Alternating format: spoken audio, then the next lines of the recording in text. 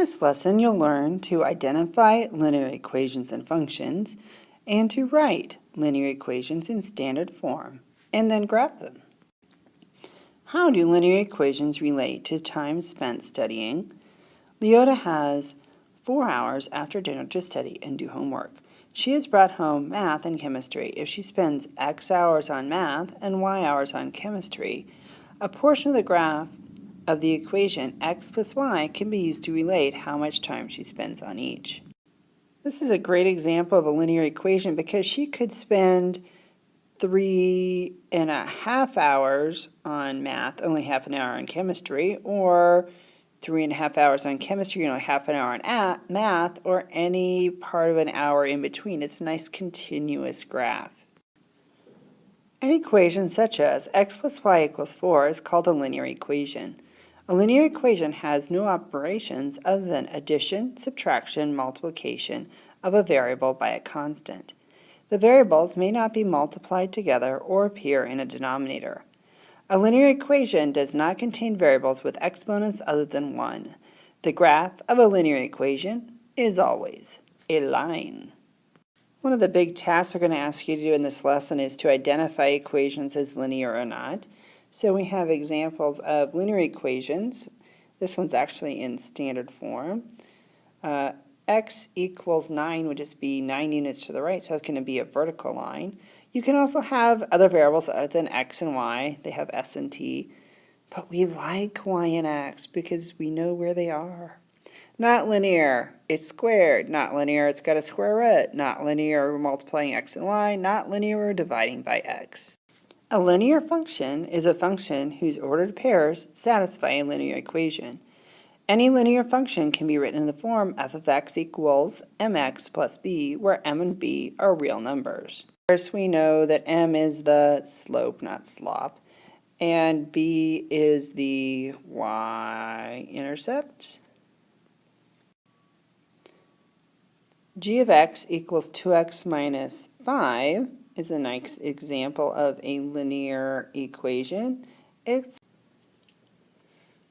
We could write that in our favorite form, y equals mx plus b. That's in slope-intercept form. Now, p of x equals x cubed plus 2 is not linear.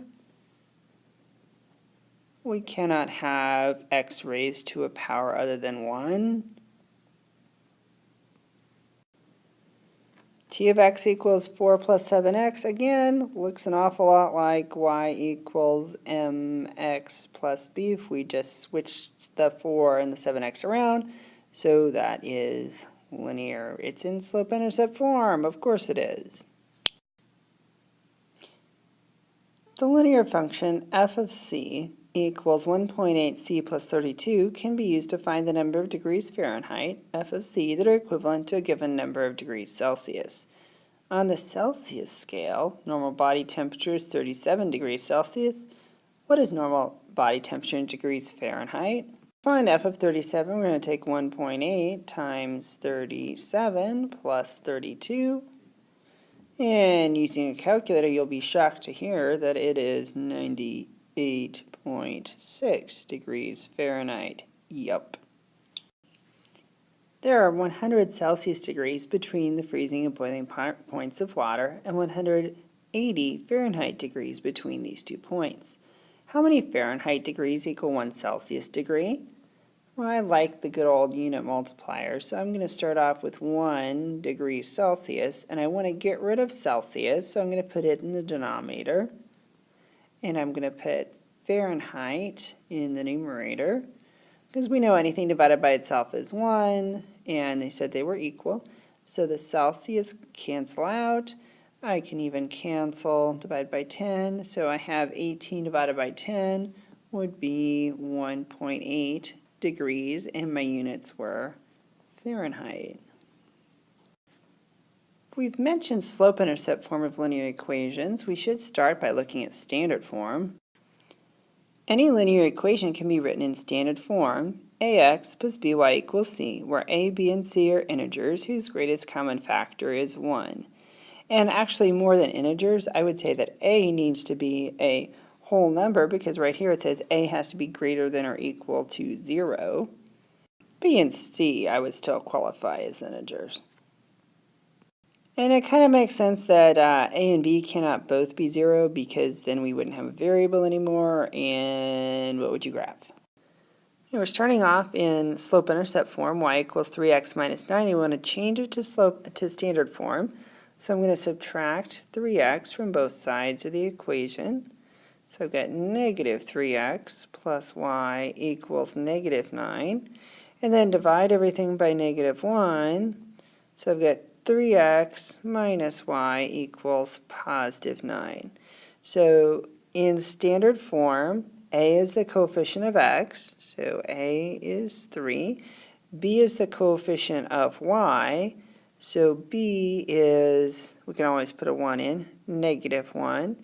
And c is the constant. So those are our two answers, the equation in standard form, and we identified a, b, and c. This time, the first thing I'm excited to do is to get rid of the fraction because in standard form we have no fractions. I'm going to go ahead and multiply everything by negative 3 because I also know that I want my a to be positive. So negative times negative is a positive. The 3's cancel out. So I'm just going to have plain old 2x equals negative 6y, and negative times negative is a positive, so plus 3. All I've left myself to do now is add 6y to both sides of the equation, and I'm happy. 2x plus 6y equals 3. A is 2, B is 6, and C is 3. The first thing I see wrong on this one is everything has a common factor of 2 we can divide out. So then we'd have 4x minus 3y plus 2 equals 0. All that's left to do then is subtract 2 from both sides. And so we have a is 4, b is negative 3, and c is negative 2. One of the first ways we graphed a function was by making a table of values, graphing enough ordered pairs to see a pattern, and connecting the points with a smooth line or curve. Since 2 points determine a line, there are quicker ways to graph a linear equation or function. One way is to find the points at which the graph intersects each axis and connect them with a line. The y-coordinate of the point at which the graph passes the y-axis is called the y-intercept. Likewise, the x-coordinate of the point at which it crosses the x-axis is the x-intercept. An equation of the form x equals c represents a vertical line, which has only an x-intercept. Y equals c represents a horizontal line, which has only a y-intercept. To find the x-intercept, we're going to replace y with 0. So then I've got negative 2x equals 4, so x equals negative 2. So that's at the ordered pair negative 2, 0. To find the y-intercept, I'm going to replace x with 0. So we have 0 plus y minus 4 equals 0. So y equals 4, so that's the ordered pair 0, 4. Those are two easy points to graph, and take a straight edge, draw on the line, and there she is. A linear equation is an equation whose graph is a line.